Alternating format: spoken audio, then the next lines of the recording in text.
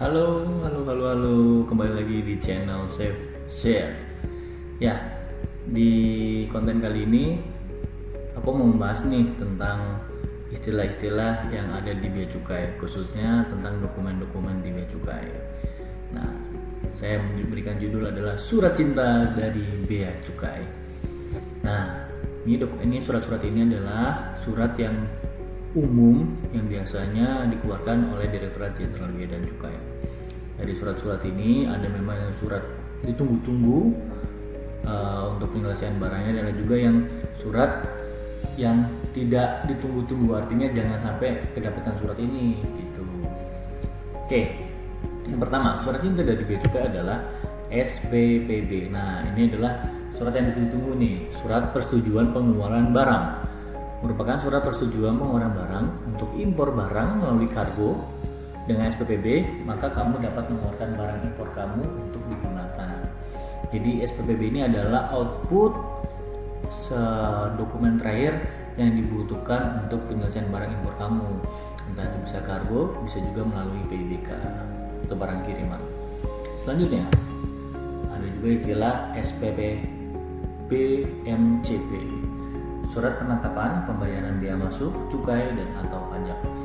Merupakan surat yang berisi tagihan total bea masuk, cukai, dan atau pajak yang terutang dari barang kiriman atau paket kamu sekaligus persetujuan untuk pengeluaran barang kiriman.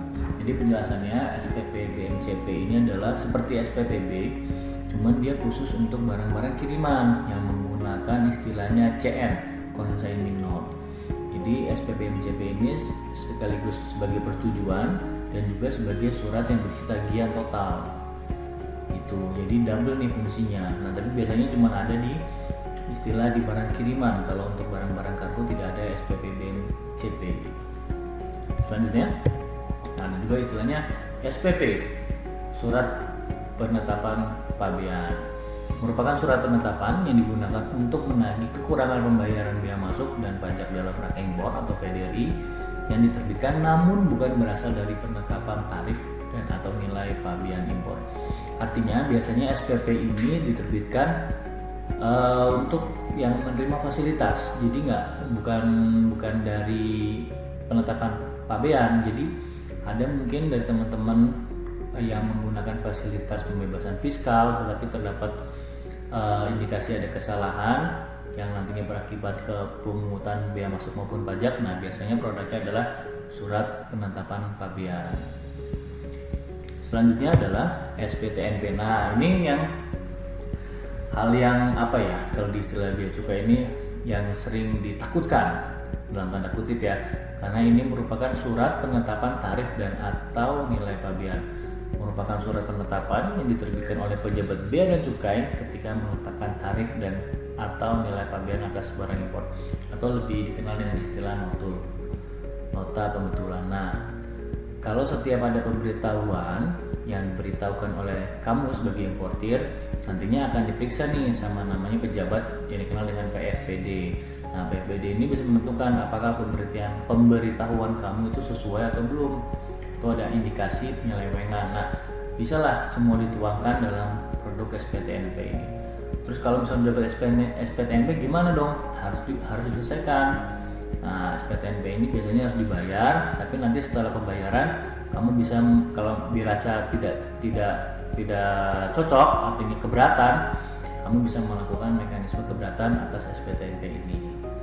Selanjutnya, ada istilah juga SPP. Nah, ini juga surat yang agak ditakuti ya, surat bukti penindakan. Merupakan surat yang diterbitkan oleh unit penindakan karena adanya indikasi pelanggaran terkait prosedur atau ketentuan kepabeanan dan atau cukai. Jadi surat ini biasanya diterbitkan oleh unit pengawasan atau lebih dikenal dengan unit P2. Biasanya kalau ada indikasi-indikasi pelanggaran yang ditemukan, maupun bisa pidana maupun tidak pidana, biasanya langkah awal adalah SPP untuk penegahan barang tersebut. Nah, jangan sampai teman-teman dapatnya SPP ini. Selanjutnya, ini SPBL, surat penetapan barang larangan dan atau pembatasan. Nah, ini merupakan surat penetapan bahwa komoditi impor termasuk barang larangan dan atau batasan, sehingga diperlukan pemenuhan perizinan atas barang-barang yang diimpor. sebagaimana diketahui kalau kalian udah familiar di dunia impor, ada namanya barang-barang lartas, barang-barang larangan pembatasan. Artinya barang-barang itu boleh diimpor, boleh kalian masukkan ke Indonesia, cuman ada perizinan khusus. Perizinannya itu biasanya dari instansi-instansi terkait. Nah, biasanya macam-macam, ada dari BPOM. Kalau kalian mau impor vaksin mungkin ada juga dari perdagangan yang paling sering, Kementerian Perdagangan maupun Perindustrian. Nah, SPBL ini surat yang meminta terkait perizinan tersebut. Nah, biasanya dikeluarkan oleh Analyzing Point. Oleh PFPD. Kalau Analyzing Point bukan SPBL namanya, oleh pejabat fungsional pemeriksa dokumen. Kalau dalam hal memang penetapannya membutuhkan adanya dokumen lartas. Ada juga istilahnya SPSA nih, surat penetapan sanksi administrasi. Ini merupakan surat yang diterbitkan untuk melakukan penagihan apabila kamu terkena sanksi administrasi yang berupa denda. Nah, SPSA ini banyak nih, dari semua proses bisnis yang ada di Bea Cukai biasanya bisa mengeluarkan SPSA. Ini mirip SPP, surat penetapan pembiayaan, cuman kalau SPSA itu masih bersifat umum. Nah, biasanya kalau seperti ada tagihan-tagihan keterlambatan, penyerahan dokumen, atau misalkan yang masih bersifat denda, dan biasanya detail ada dijelaskan di pasal-pasal berapa yang dapat mengeluarkan SPSA. Jadi jangan sampai juga nih teman-teman dapat SPSA. Nah, selanjutnya surat teguran. Nah, surat teguran merupakan surat yang diterbitkan sebagai teguran apabila dalam jangka waktu tertentu kamu tidak atau belum melunasi biaya masuk, cukai, dan atau sanksi administrasi yang terletak. Jadi surat teguran ini merupakan mutasi dari atau perubahan dari surat-surat sebelumnya, yang intinya dalam surat itu menagih adanya hutang biaya masuk maupun PDRI, bisa dari SPTNP, bisa dari SPSA, bisa dari SPP, macam-macam. Tapi nantinya kalau kalian sudah ada tagihan tersebut jadi dibayar, kalau di Pabean itu ada 60 hari sejak diterbitkan surat tersebut, kalau di sisi cukai ada 30 hari. Nah, paling cepat 7 hari bisa ditemukan oleh surat teguran sejak tanggal jatuh tempo. Nah, jangan sampai juga nih, biasanya kalau di surat teguran sudah ada bunganya nih. Nah, yang terakhir adalah surat paksa. Nah, surat paksa ini mutasi terakhir dari surat teguran. Wah, kalau di surat paksa ini merupakan kelanjutan dari surat teguran apabila dalam jangka waktu 21 hari tagihan tersebut belum dilunasi.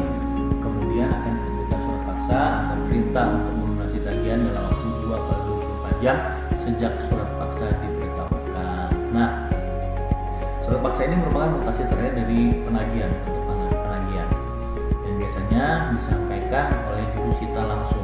Kalau sudah dapat surat paksa, artinya dalam waktu itu penagihan aktif dapat dilakukan. Apa itu penagihan aktif? Nah, biasanya bisa dapat dilakukan, salah satu bentuknya penyitaan. Bisa penyitaan, bisa pemblokiran aset, bisa pemblokiran BWP, macam-macam. Artinya sudah ada upaya paksa untuk menagih adanya hutang terhadap negara. Ini jangan sampai nih, kalau sudah surat paksa, wah udah panjang urusannya ya.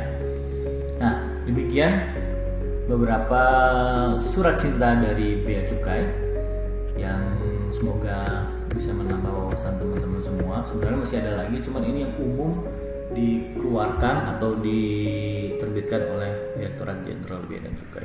Sampai ketemu lagi nanti di konten-konten selanjutnya. Kalau dirasa berguna, silahkan save, like, dan share, dan juga subscribe.